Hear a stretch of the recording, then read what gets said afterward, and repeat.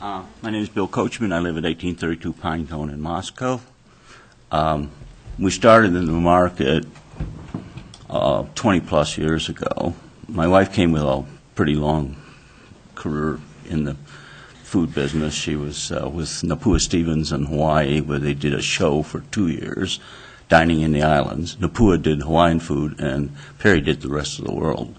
And then she came here and after a number of other assignments I had, and she accompanied me.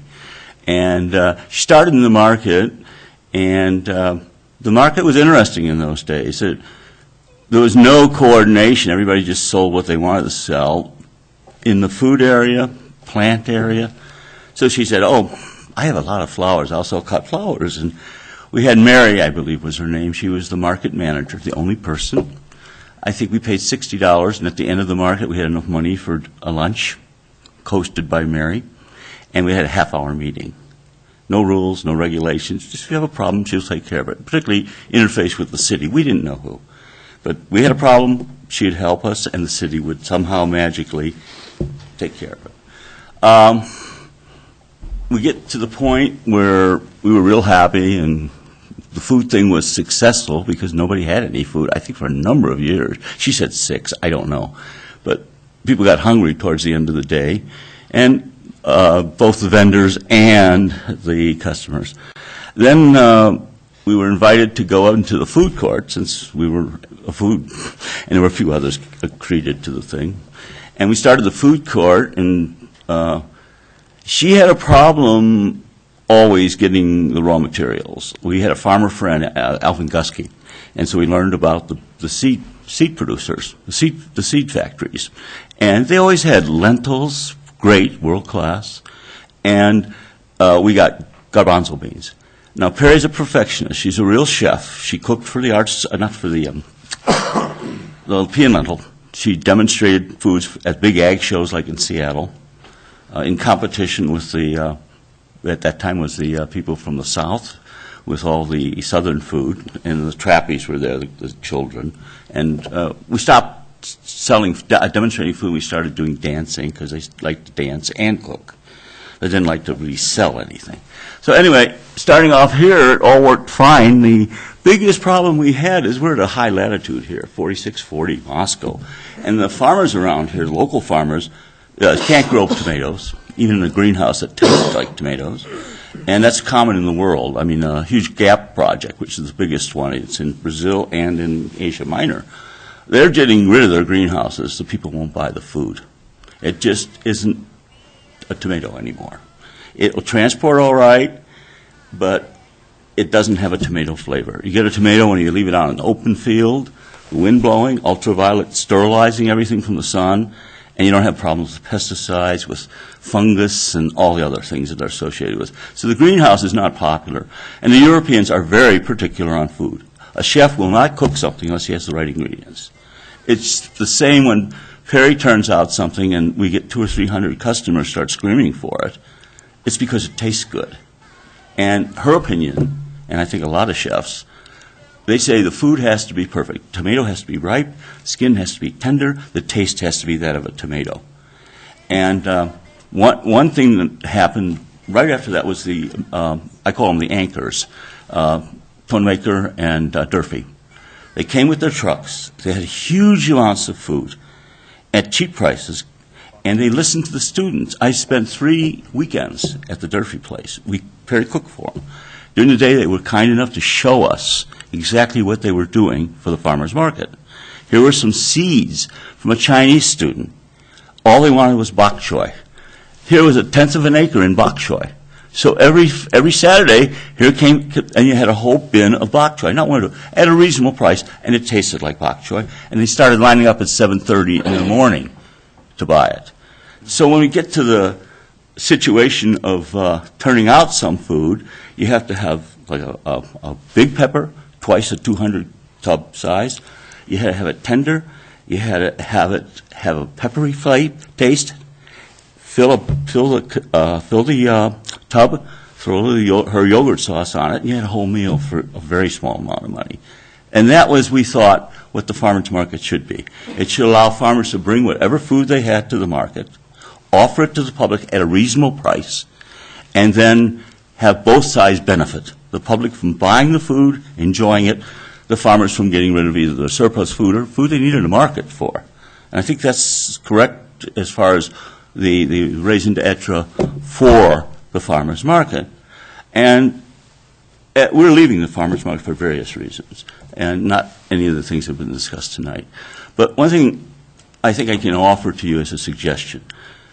I've been all over the world many, many times, looked at markets. I wrote to work with one of the members of the Mainzer Marktplatz, started over 2,400 years ago, still in a little square in the center with a big cathedral, still with about the same number of vendors. Some change, but not, every 100 years is a different vendor. And we talked about markets and, how to organize them, ones that work best, and all the whys about what they have done and how the results came out. I wrote a paper about 4 years ago, unbeknownst to me of any change in market location. And the title of the paper was The Linear versus the Square Market Format, and all the reasons why you want one or the other. And all these things have happened here for that paper. I'm not just saying because I wrote it. I inherited a lot of the ideas from my carpooling partner. But what I see as a problem here versus the rest of the markets in the world that I've seen, and there's quite a few, because I do have an interest in markets. And our expert might, I wish I would talk to him. We've had a lot of similar thoughts, I'm sure. The thing is that, like, classic markets are square. That's why they talk about the market square. Classic markets are divided by groups of things.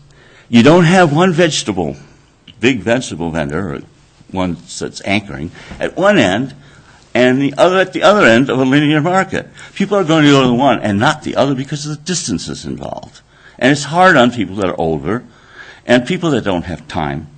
So I think a very good idea is to cluster the markets, put all the crafts in one place, put all the food producers in another place, maybe the organics in another place, and have them logically located, topologically, so that people don't have to walk. The old market was easy. You just, I forgot something over at Tonemakers, and I was over at Durfee. You hop over there in 3 seconds. So, Mr. Coachman, will you share your paper with the Farmers Most Market of the people, Commission? I think there's a lot of people that have it. I'll try to dig it off my hard Please drive. do. And and you can just look at it and say, yes. If you send it He's to me or I'll city do that. staff, I'll find Kathleen. it. Okay, And then that'd be great. the other thing I'm very concerned about is, I'm not the cook, but I like looking at people's reactions while I'm serving things or that.